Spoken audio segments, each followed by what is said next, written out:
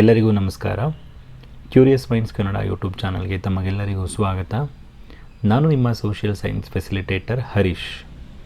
ಈ ಒಂದು ವಿಡಿಯೋದಲ್ಲಿ ನಾವು 8ನೇ ತರಗತಿಯ ಸಮಾಜ ವಿಜ್ಞಾನ ವಿಷಯದ ಸಮಾಜದ ಪ್ರಕಾರಗಳು ಪಾಠದ ಅಭ್ಯಾಸ ಪ್ರಶ್ನೋತ್ತರಗಳನ್ನು ನೋಡ್ತಾ ಹೋಗೋಣ. ಮೊದಲನೆಯದಾಗಿ, ಖಾಲಿ ಬಿಟ್ಟಿರುವ ಜಾಗಗಳನ್ನು ಸೂಕ್ತ ಪದಗಳಿಂದ ತುಂಬಿರಿ. ಮೊದಲನೆಯ ಪ್ರಶ್ನೆ, ಬೇಟೆಯಾಡುವ ಸಮಾಜದ ಸದಸ್ಯರು ಬೇಟೆಯಾಡಲು ಡ್ಯಾಶ್ ಆಯುಧಗಳನ್ನು ಉಪಯೋಗಿಸುತ್ತಾರೆ. ಉತ್ತರ, ಕಲ್ಲಿನ. ಎರಡನೆಯ ಪ್ರಶ್ನೆ, ಕೃಷಿ ಸಮಾಜದಲ್ಲಿ ಉಳುಮೆಗೆ ಡ್ಯಾಶ್ ಬಳಸುತ್ತಾರೆ. ಉತ್ತರ, ನೇಗಿಲು ಮತ್ತು ಪ್ರಾಣಿಗಳನ್ನು ಬಳಸುತ್ತಾರೆ. ಮೂರನೆಯ ಪ್ರಶ್ನೆ, ಕೌಶಲ್ಯದ ಕೆಲಸಗಳನ್ನು ಹಂಚುವುದಕ್ಕೆ ಡ್ಯಾಶ್ ಎಂದು ಹೆಸರು. ಉತ್ತರ, ಶ್ರಮ ವಿಭಜನೆ. ಈಗ ಎರಡನೇ ಮೇನ್, ಕೆಳಗಿನ ಪ್ರಶ್ನೆಗಳಿಗೆ ಉತ್ತರಿಸಿ. ನಾಲ್ಕನೆಯ ಪ್ರಶ್ನೆ, ಪಶುಪಾಲನಾ ಸಮಾಜ ಎಂದರೇನು? ಉತ್ತರ, ತಮ್ಮ ಜೀವನಾಧಾರಕ್ಕೆ ಪೂರಕವಾಗಿ ಪಶುಗಳನ್ನು ಹಿಂಡು ಹಿಂಡಾಗಿ ಸಾಕುವ ಸಮಾಜವೇ ಪಶುಪಾಲನಾ ಸಮಾಜ. ಐದನೆಯ ಪ್ರಶ್ನೆ, ಕೃಷಿ ಸಮಾಜ ಎಂದರೇನು? ಉತ್ತರ, ಬೇಸಾಯವನ್ನು ಅವಲಂಬಿಸಿ ಬದುಕುವ ಸಮಾಜವನ್ನು ಕೃಷಿ ಸಮಾಜ ಎನ್ನುತ್ತಾರೆ. ಆರನೆಯ ಪ್ರಶ್ನೆ, ಕೈಗಾರಿಕಾ ಸಮಾಜ ಎಂದರೇನು? ಉತ್ತರ, ವಿಜ್ಞಾನ ಮತ್ತು ತಂತ್ರಜ್ಞಾನವನ್ನು ಬಳಸಿ ವಸ್ತುಗಳನ್ನು ತಯಾರಿಸುವ ಕೈಗಾರಿಕೆಗಳನ್ನು ಅವಲಂಬಿಸಿ ಬದುಕುವ ಸಮಾಜವನ್ನು ಕೈಗಾರಿಕಾ ಸಮಾಜ ಎಂದು ಕರೆಯುತ್ತಾರೆ. ಏಳನೆಯ ಪ್ರಶ್ನೆ, ಸಮಾಜದ ಪ್ರಕಾರಗಳು ಯಾವುವು? ಉತ್ತರ, ಜನರ ಪ್ರಧಾನ ಉದ್ಯೋಗ ಮತ್ತು ಚಟುವಟಿಕೆಗಳ ಆಧಾರದ ಮೇಲೆ ಮಾಡಬಹುದಾದ ವರ್ಗೀಕರಣ ಹೀಗಿದೆ. ಮೊದಲನೇದು, ಬೇಟೆಯಾಡುವ ಮತ್ತು ಆಹಾರ ಸಂಗ್ರಹಿಸುವ ಸಮಾಜ. ಎರಡನೇದು, ಪಶುಪಾಲನಾ ಸಮಾಜ. 3, ಕೃಷಿ ಸಮಾಜ.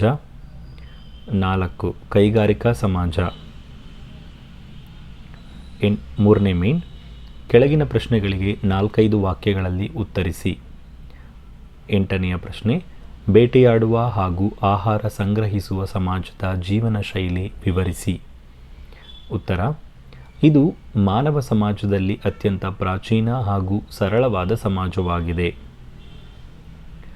ಇದು ಸಂಚಾರಿ ಸ್ವರೂಪದ ಜೀವನ ಶೈಲಿಯನ್ನು ಹೊಂದಿದೆ. ಇವರು ಕಲ್ಲಿನಿಂದ ಮಾಡಿದ ಕೊಡಲಿ, ಈಟಿ, ಚೂರಿ ಮುಂತಾದ ಆಯುಧಗಳನ್ನು ಬಳಸುತ್ತಿದ್ದರು. ಇವರು ತಮ್ಮ ಅಸ್ತಿತ್ವಕ್ಕಾಗಿ ಕಾಡು ಪ್ರಾಣಿಗಳನ್ನು ಬೇಟೆಯಾಡುತ್ತಾರೆ ಹಾಗೂ ಪ್ರಕೃತಿ ಸಹಜವಾಗಿ ಬೆಳೆದಿರುವ ಹಣ್ಣುಗಳು, ಬೀಜಗಳು, ಗೆಡ್ಡೆ ಗೆಣಸು, ತರಕಾರಿಗಳನ್ನು ಸಂಗ್ರಹಿಸುತ್ತಾರೆ. ಸಂಪತ್ತನ್ನು ಸಂಪಾದಿಸುವ ಒಲವು ಇವರಿಗಿಲ್ಲ. ಹಂಚಿಕೊಂಡು ಬದುಕುವುದು ಇವರ ರೀತಿಯಾಗಿದೆ. 9ನೆಯ ಪ್ರಶ್ನೆ, ಪಶುಪಾಲನಾ ಸಮಾಜದ ಲಕ್ಷಣಗಳನ್ನು ತಿಳಿಸಿ. ಈ ಸಮಾಜ ಗಾತ್ರದಲ್ಲಿ ದೊಡ್ಡದಾಗಿದ್ದು ಕೆಲವೊಮ್ಮೆ ನೂರಾರು ಹಾಗೂ ಸಾವಿರಾರು ಜನರನ್ನು ಒಳಗೊಂಡಿರುತ್ತದೆ. ಉದಾಹರಣೆಗೆ, ಭಕ್ತಿಯರಿ ಸಮುದಾಯವು ಇಂದಿಗೂ 5,000ದಿಂದ 1.5 ಲಕ್ಷದಷ್ಟು ಮಂದಿಯನ್ನು ಒಳಗೊಂಡಿದೆ. ಈ ಸಮಾಜ ಸಾಮಾನ್ಯವಾಗಿ ಹುಲ್ಲುಗಾವಲು ಪ್ರದೇಶಗಳಲ್ಲಿ, ಬೆಟ್ಟ, ಗುಡ್ಡ ಪ್ರದೇಶಗಳಲ್ಲಿ, ಮರುಭೂಮಿ ಮತ್ತು ಕೃಷಿಗೆ ಅನುಕೂಲವಿಲ್ಲದ ಪ್ರದೇಶಗಳಲ್ಲಿ ಕಾಣಬಹುದು. ಈ ಸಮಾಜದಲ್ಲಿ ಯಾರು ಹೆಚ್ಚು ಪಶುಗಳ ಒಡೆತನ ಹೊಂದಿರುತ್ತಾರೋ ಅವರು ಉಳಿದವರಿಗಿಂತ ಹೆಚ್ಚು ಪ್ರಭಾವಶಾಲಿಗಳಾಗಿರುತ್ತಾರೆ. ಅವರು ಶ್ರೀಮಂತರೆನಿಸಿಕೊಂಡು ಇತರರಿಗೆ ನಾಯಕರಾಗುತ್ತಾರೆ. 10ನೆಯ ಪ್ರಶ್ನೆ, ಕೃಷಿ ಸಮಾಜದ ಲಕ್ಷಣಗಳನ್ನು ವಿವರಿಸಿ. ಉತ್ತರ, ಸಾಮಾನ್ಯ ಶಕಪೂರ್ವ 3000ದ ಸುಮಾರಿಗೆ ನೇಗಿಲ ಸಂಶೋಧನೆಯೊಂದಿಗೆ ಕೃಷಿ ಕ್ರಾಂತಿ ಆರಂಭಗೊಂಡಿತು. ಇದರೊಂದಿಗೆ ಆಹಾರದ ಉತ್ಪಾದನೆಯೂ ಹೆಚ್ಚಾಯಿತು. ಈ ನೇಗಿಲನ್ನು ಎಳೆಯಲು ಪ್ರಾಣಿ ಶಕ್ತಿಯನ್ನು ಬಳಸಲು ಪ್ರಾರಂಭವಾದಾಗಲಂತೂ ಆಹಾರದ ಉತ್ಪಾದನೆ ಇನ್ನಷ್ಟು ಹೆಚ್ಚಾಯಿತು. ಕೃಷಿಕ ಸಮಾಜದಲ್ಲಿ ಬೇಸಾಯವು ಪ್ರಮುಖ ಉದ್ಯೋಗವಾಗಿದೆ.